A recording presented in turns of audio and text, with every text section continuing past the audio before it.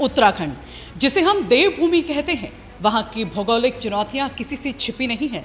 लेकिन क्या आप कल्पना कर सकते हैं कि जिस केदारनाथ की 18 किलोमीटर की खड़ी चढ़ाई चढ़ने में श्रद्धालुओं के पसीने छूट जाते हैं, वहां आप महज आधे घंटे में पहुंच जाएंगे? क्या आप सोच सकते हैं कि मसूरी के ट्रैफिक जाम में घंटों फंसने के बजाय आप बादलों के बीच से उड़कर पहाड़ों की रानी तक पहुंचेंगे? जी हां, यह अब सिर्फ एक सपना नहीं, बल्कि प्रधानमंत्री नरेंद्र मोदी और मुख्यमंत्री पुष्कर सिंह धामी की सरकार का वो मास्टर प्लान है जो उत्तराखंड के पर्यटन और तीर्थाटन की तस्वीर को पूरी तरह से बदलने वाला है।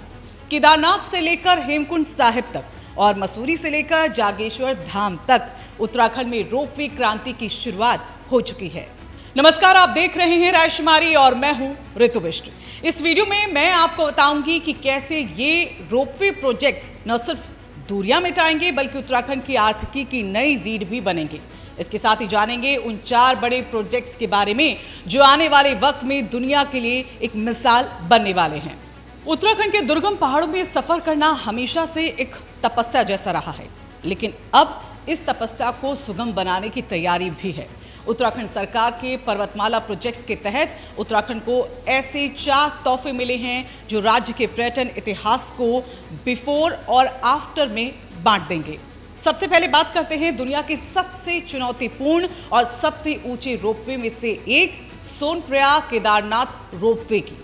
12,000 फीट से ज्यादा की ऊंचाई पर बनने वाला ये रोपवे प्रोजेक्ट करीब 13 किलोमीटर लंबा होगा। फिलहाल में एक आम यात्री को गौरीकुंड से मंदिर तक पहुंचने में तकरीबन 6 से 8 घंटे लग जाते हैं, लेकिन इस मास्टर प्लान के बाद ये दूरी मात्र 30 मिनट में सिमट जाएगी।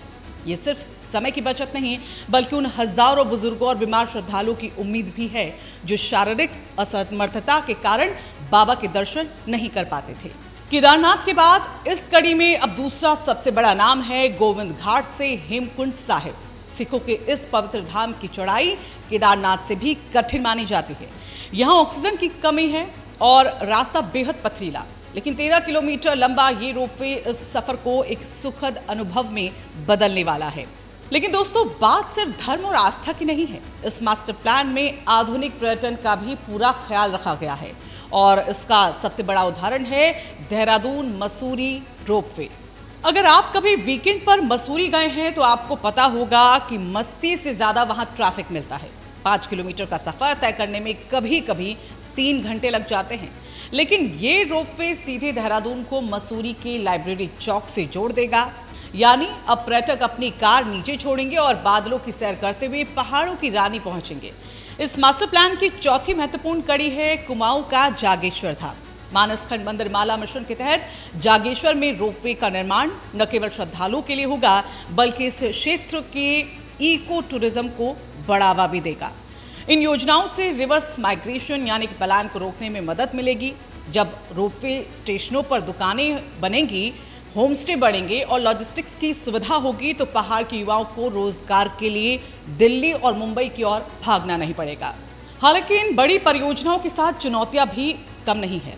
हिमालय एक संवेदनशील क्षेत्र है। जोशीमठ की आपदा ने हमें सिखाया कि विकास और पर्यावरण के बीच संतुलन बनाना कितना जरूरी है। सरकार के सामने अभी सबसे बड़ी चुनौती होगी इन रोपवे को सुरक्षा के साथ समय पर पूरा करना। प्रधानमंत्री मोदी ने कहा था कि 21वीं सदी का तीसरा दशक उत्तराखंड का है। ये रोपवे प्रोजेक्ट्स उसी दिशा में बढ़ते कदम नजर आते हैं। जब ये केबल कारें नीले आसमान को चीरते हुए मंदिर के शिखरों तक पहुंचेंगी, तो वो दृश्य सिर्फ आधुनिकता का नहीं, बल्कि बदलती हुई देवभूमि का भी होगा।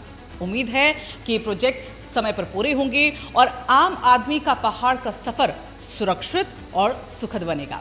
तो इस प्रोजेक्ट को लेकर ये वीडियो आपको कैसा लगा? भविष्य में जिस तरह से कहा जा रहा है कि उत्तराखंड बदलने वाला है, इस पर आपकी क्या राय है? हमें कमेंट में ज़रूर बताइएगा और इस वीडियो को ज़्यादा से ज़्यादा शेयर करें, लाइक करें, साथ ही रायशुमारी को सब्सक्राइब करना ना भूलें।